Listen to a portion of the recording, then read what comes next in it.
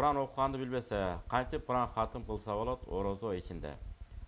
Бүгүнкү күндө өтө жеңил болуп калды. Азыр шылтоо жок. Мен үйрөнө албайт экем, бир укканда мээме сактай албай калам деген шылтоолор бүткөн.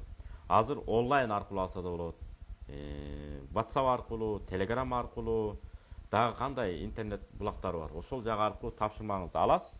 Бир жумада бир жолу жолугуп болсо дагы, же болбосо бир жумада 2 жолу, 3 жолу болсо дагы, же бир жумада 5 жолу аздан бир устат тандап алып, жора жолдошторду уюштуруп алып, ага энелерди, кээ бир бар үй бүлөсү менен сабак алгандар бар. Үй бүлөсүн чогулуп алып, бир устатты кармап алат, бир жумада бир жолу келет.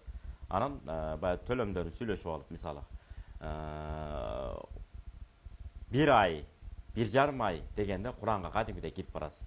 Ал эми бир жумада 5 жолудан сабак ала турган болсоңуз, 2 жумада, 3 жумада Куранга терең кирип кетсе болот, Кудайдын буйругу менен. Тамганы эле жаттап түшсөңүз болду. Ошондой күч аракеттер менен эң негизги маселенин баары ыхлас. Шайтан айтат, баягы айтылат, аалымдар айтат. Шайтан бүт жол менен кирет, бир гана ыхластын дарбазасын гана ачып кире албайт деп. Ошондуктан дайыма ыхласты бекем кармасак, Кудай үчүн ниет кылдым. Эй жараткан Аллах, ушу Куранды үйрөнүүнү мага насип кыл, ушу Куранды кантип үйрөнүп алсам болот деп 2 рекет нафил намаздарды окуп, мынакей Рамазан айы бүгүн эртең кирип келе жатат, Кудай буйруса. 12-синде тарап окулат, 13-үндө орозо кармайбыз деп камынып турабыз. Албетте айдын көрүнүшүнө карата бир күн нары бери болушу мүмкүн. Бирок Кудай буйруса 13 орозо кармайбыз деп турабыз. Орозону кармаганда, мисалы эртең менен 4:40 да жаап атпайбызбы? 5-тен саат 6-7-ге чейин тамгаларды жаттап окуп, үйрөнүп, бат эле үйрөнүп кетсе болот. Бир жуманын ичинде Куранга чыгып алса болот, Кудайдын буйругу менен.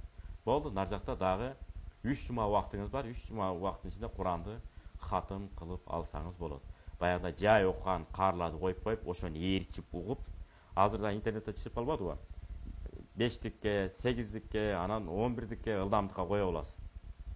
Өтө жетишпей барсаңыз, жайракка кое аласыз. Өтө жетишип мындай күтө баштасаңыз, анда кичине ылдамдатып коебуз. Бүгүнкү күндө интернетти туура жагын пайдаланса болот ушинтип. Ошентип Куранды хатым кылып алсаңыз болот, Кудай буйруса.